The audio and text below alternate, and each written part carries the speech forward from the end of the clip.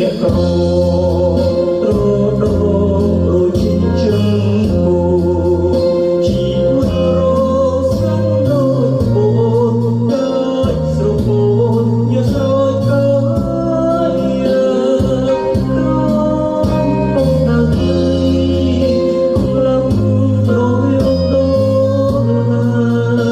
ដល់ប្រាំងកាំងសិក្សា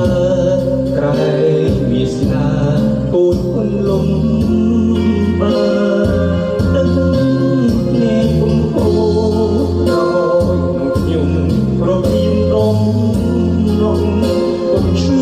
គុំហត់គុំស្ងតែត្រង់រូបដើម្បីកូនថ្លៃគុំមានជីវិតតែដូចជាស្គរ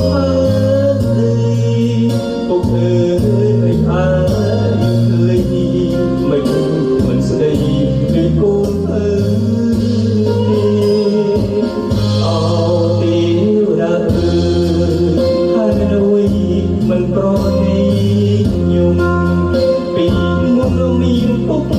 ជួបជុំពេលនេះខ្ញុំអរគុណ